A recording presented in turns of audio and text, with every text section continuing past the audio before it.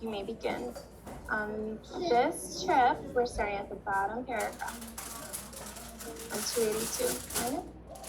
On this trip, Bill and a research team board a helicopter at McMurdo Station, the main center for scientists in Antarctica.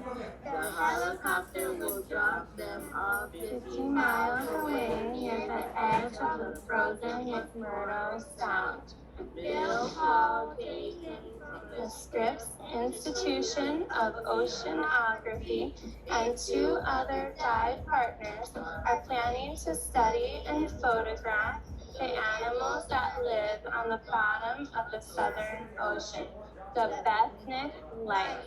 So with your partner, I want you to talk about what this paragraph is telling about the story. What is Bill in Antarctica for? Talk with your partner now.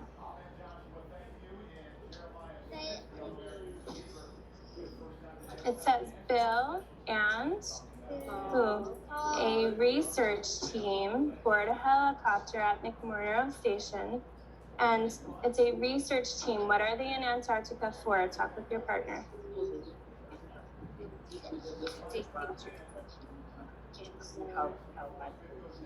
What do you think it's about? Bill and a research team. So what are they in Antarctica doing? Probably researching. So they're in Antarctica to research about Antarctica, penguins, animals, all that good stuff. So what type of genre is this story? Let's look on page 280. What type of genre is this story? Okay, talk with your partner. I want hallway partners going first. What is something you know about expository nonfiction? And window partners, you'll go second. You may begin. Okay. No, you go. Okay, so this story is expository nonfiction, and it's written for a certain purpose. Would it be to entertain, to inform, or to persuade? Talk with your partner and tell why. Go sit How do down. you think it's persuading? I think it's to. Is it telling you, yes, you need to go to Antarctica, you need to go research? No, it's telling you information.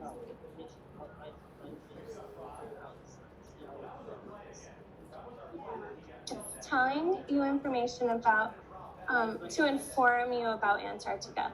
So with this sentence, window partners, you will be going first. The author wrote this text to, and I want you to tell what you think, to inform, and then tell how you know. And then hallway partners, you're going next. Window partners, you may start.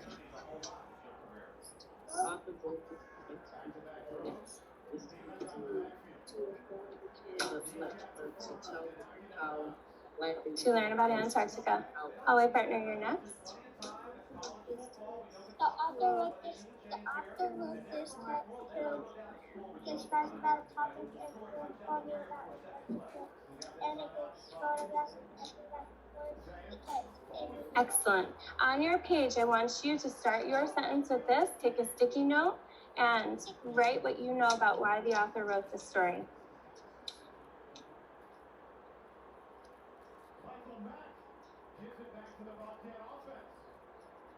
The author wrote this text to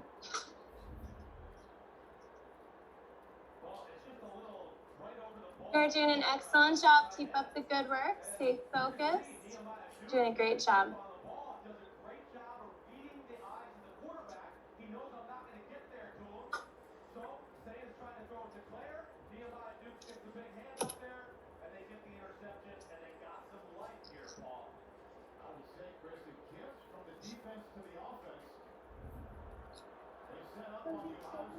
You put it just on this page, that'll work, 281. So as you're taking the test, I want you to look for an answer that is similar to this one. You know how we found it, and when you're taking that test, you're gonna look and use that as a reference.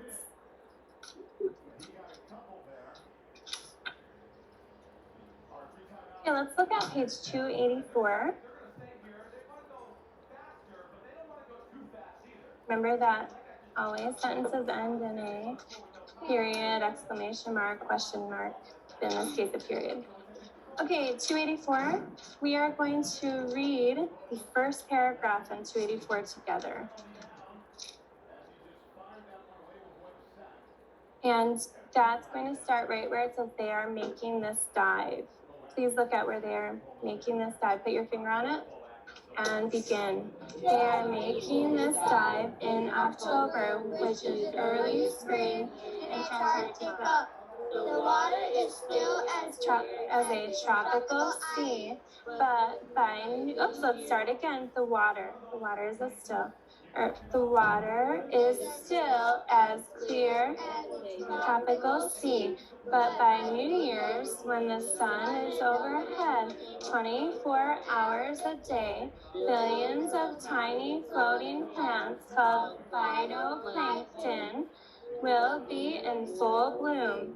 They form a thick sea soup, and Bill would barely be able to see his hand in front of his face. Stop right there. I want you to talk with your partner. What are the characteristics or the things about the ocean that you know occur in October? Talk with your partner now.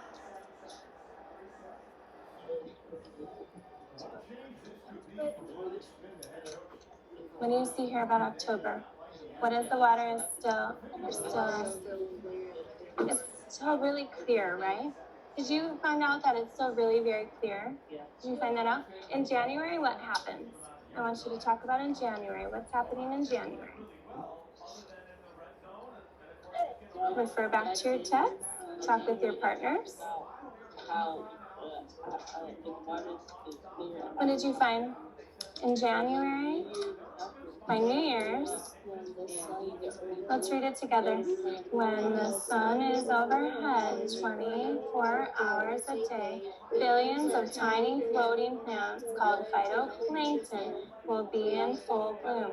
They form a thick sea soup. So, can you see clearly through that water? Hawkins, can you see clearly through that water? What do you see instead? A bunch of phytoplankton.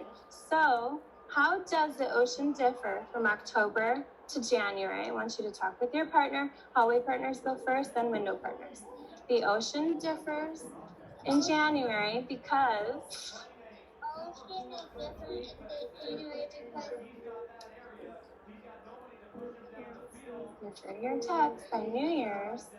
What by happens? New Year's, but by New Year's, when the sun is overhead 24 hours a day, billions of tiny floating plants called phytoplankton. Okay, so the ocean is different in January because The ocean is different in January because you see what? phytoplankton. Yes, then your turn. You can start writing this in your journal.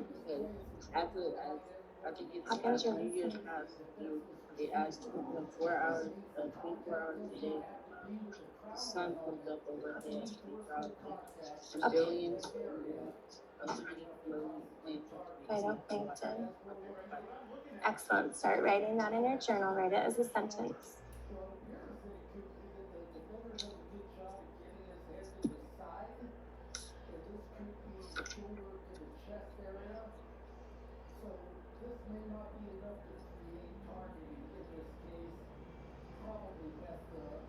The ocean is different in January because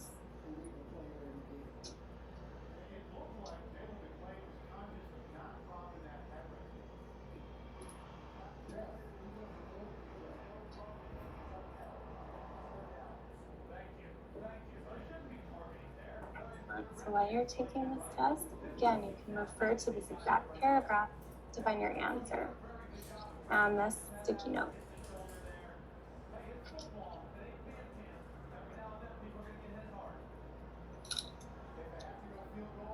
Okay, you put it on 284, right on that page. Let's go back to 283.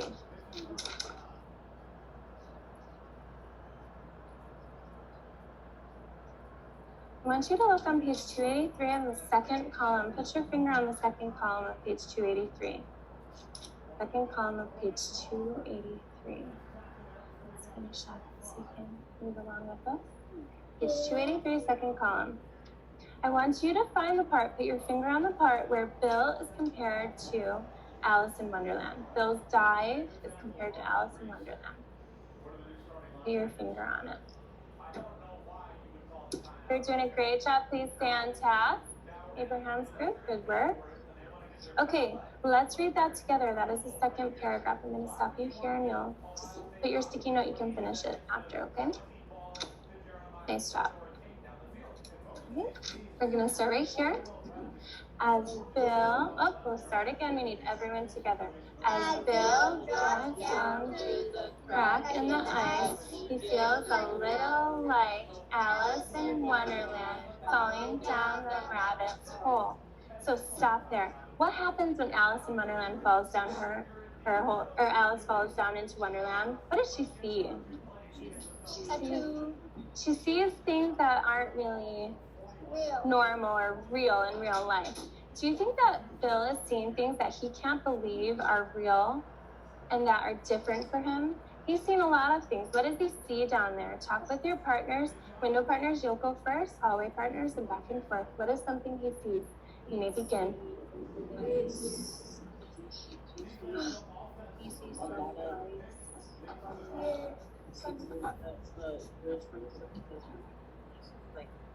One thing.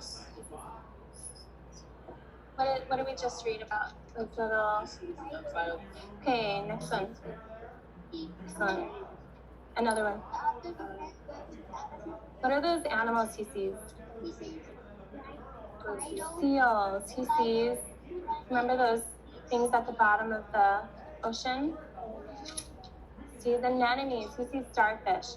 So I want you right now to finish this sentence with your partner, hallway partners first. The author, you're doing this aloud. The author compares Bill to Alice in Wonderland because, and no, you can sit right there, yeah. So let's, you'll be reading this. The author compares Bill to Alice in Wonderland because, hallway partners, you're going first and you're saying this aloud. Okay, you're saying this aloud.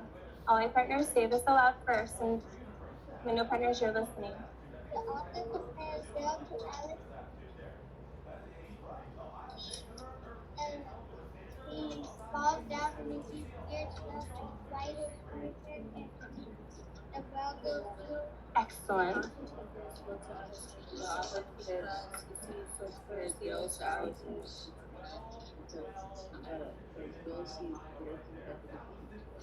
Excellent. I want you to answer this on your sticky note very quickly, please. Have about 7 more minutes at your station.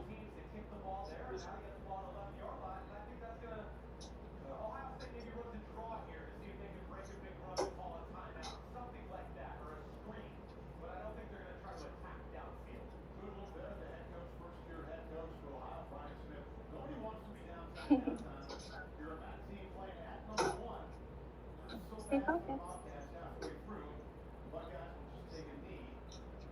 Yeah, Alfred, I need you to stay focused. Yeah, keep looking and using your book to help you. Thank you for staying focused.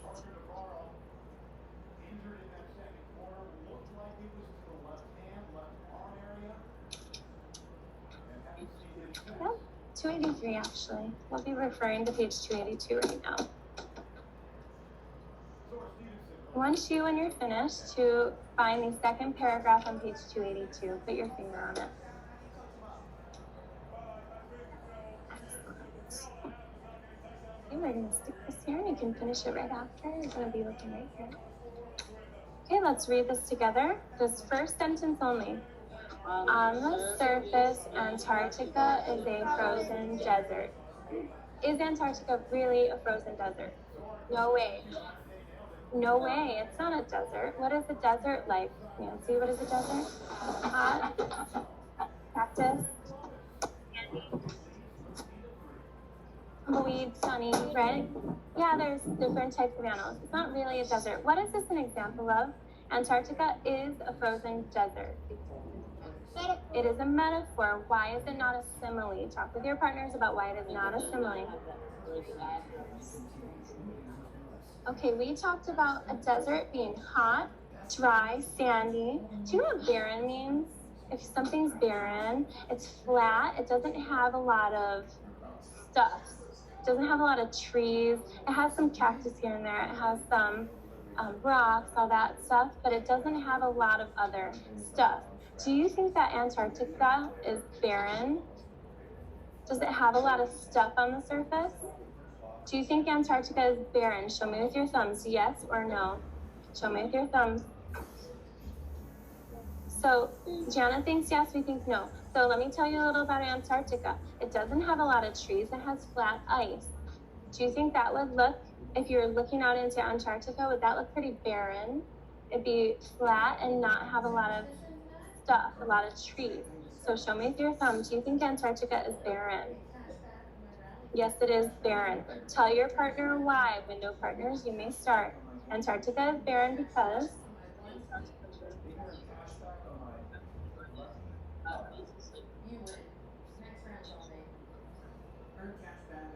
another descriptor, nice job. Another descriptor for Antarctica is vast. Who knows the meaning of vast? Vast. V-A-S-T. If an area is vast, it goes on and on and on. You can't seem to see the end of it. If you're in the middle of the ocean, it's very vast. You can't see the end of it. It goes on and on and on. Do you think, show me with your thumbs, do you think Antarctica is vast?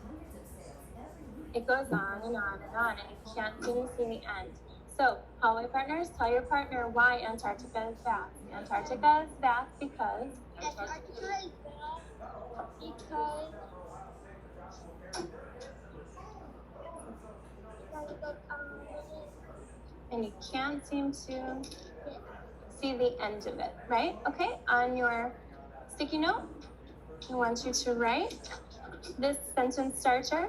Antarctica is like a desert because, try to use those good vocabulary words, barren and vast in your sentence.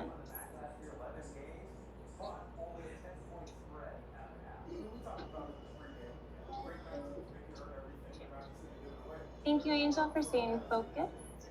Thank you, Desi, for staying focused. And Kim, thank you for staying focused. And did you try to use those good vocabulary words? It is vast. And how do you know it is vast? It's like a desert because it's vast, but how do you know it's vast? It goes on and on and on.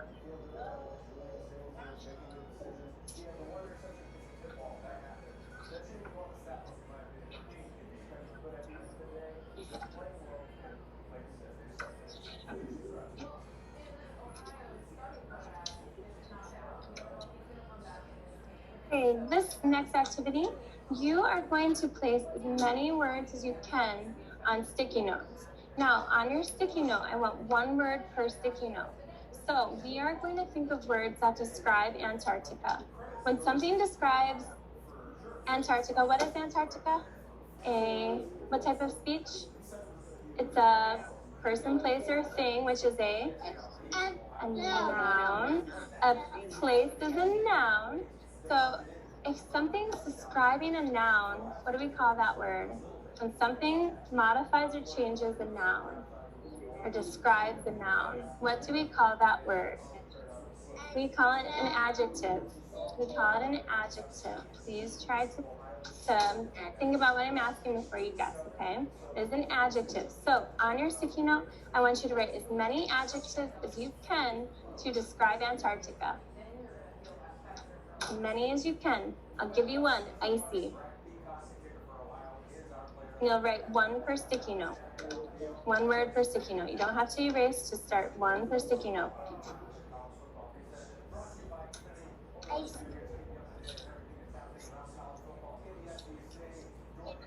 Good. Vast. Hawkins wrote vast. That is awesome. Yeah, write it big. Icy. Good. Windy. So icy you'd have to put. If ice doesn't describe something, but icy does describe something. Icy. I-C-Y.